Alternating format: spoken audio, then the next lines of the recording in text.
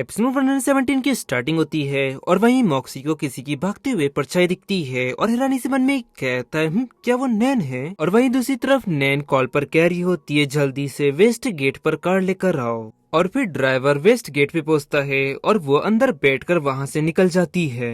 और वहीं दूर से मॉक्सी स्माइल कर मन में कहते हैं हम उम्मीद से पहले ही मिल गए। और वहीं वो लड़की मॉक्सी के पास आकर उससे कहती है मिस्टर मॉक्सी अगर आप नैन युआन से मिलना चाहते हैं मैं जानती हूँ कि वो कहाँ पर रहती है। तो मॉक्सी कहते हैं मिस यिंग अगर क्योंकि आप उसे जानती है तो क्यों ना आप हम दोनों की एक मीटिंग फिक्स कराए। अब यिंग कहती है बेशक लेकिन ये बात करने के लिए सही जगह नहीं है, क्यों ना हम अंदर चलकर बातें करें इस पर। तब वो कहता है क्यों नहीं चलो।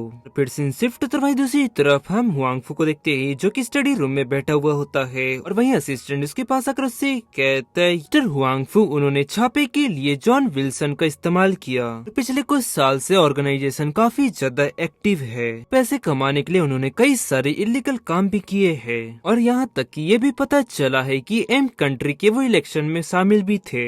तब हुआंगफू से कहता है बस इतना ही। तब उसका व्यक्ति कहते हैं हम कुछ भी पता लगाने की कोशिश करते हैं इससे पहले ही वो व्यक्ति जिससे भी हम पता लगाना चाहते हैं वो व्यक्ति खत्म हो जाता है और अभी फिलहाल हमारे पास इतनी ही इन्फॉर्मेशन है। और ऐसा कहा जाता है कि रेड फ्लेम कभी भी हार नहीं मानते, तो मुझे इस बात का डर है कि वो आपका नुकसान कर सकते हैं और इसीलिए फार्म बिल्कुल भी सेफ नहीं है। तो क्या आप विला वापस जाने का प्लान बना रहे हैं? तब इस पर हुआंगफू कहता है बिल्कुल नहीं और तुम जल्द से जल्द सिक्योरिटी बढ़ा लो, मैं नहीं चाहता कि नैन और टैंक पर कोई खतरा हो और अगर वो लोग मेरे खिलाफ है तो उनके लिए बिल्कुल भी पता लगाना मुश्किल नहीं है कि मेरे लिए सबसे इम्पोर्टेंट क्या है और ये लोग अपनी मनचाही चीज पाने के लिए कुछ भी कर सकते हैं। एक टाइम को मैं तो महल में छुप सकता हूँ लेकिन नैन और टैंक का क्या?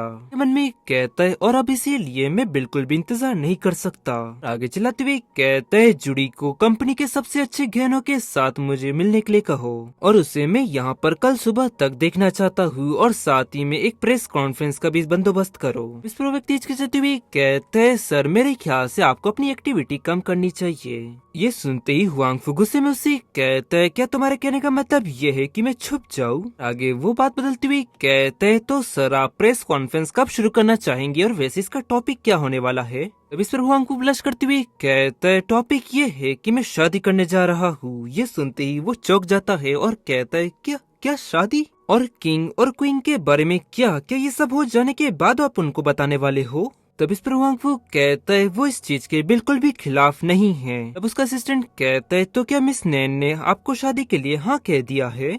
उसकी बात सुन हुआंगफू गुस्से में कहता है तुम कुछ ज्यादा ही कहते हो। वो आगे चलाते हुए कहता है माफ करिएगा सर, मैं तो बस आपको याद दिलाना चाहता था।